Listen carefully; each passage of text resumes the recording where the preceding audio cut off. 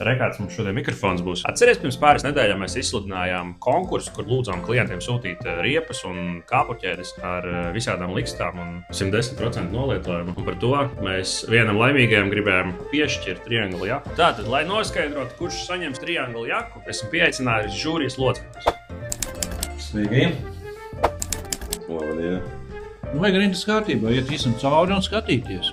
Labs līgums, labs. Tas kārtīgi nodilis. 100% tur plusiņš. Tas ir zemnieks.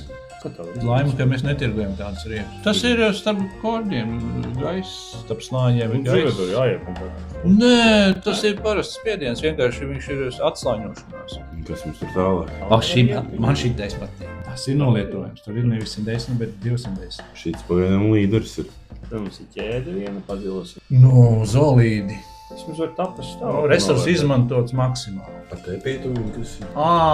Jā, tu esi acīgs. Zars ir izgājis caur ķēdi. Tā jau ir meža izstrādē, tā ir meža. Ir vēl viena pumpa. Tas ir tenis bumbī. Tie nav mūsu produkti. Nē.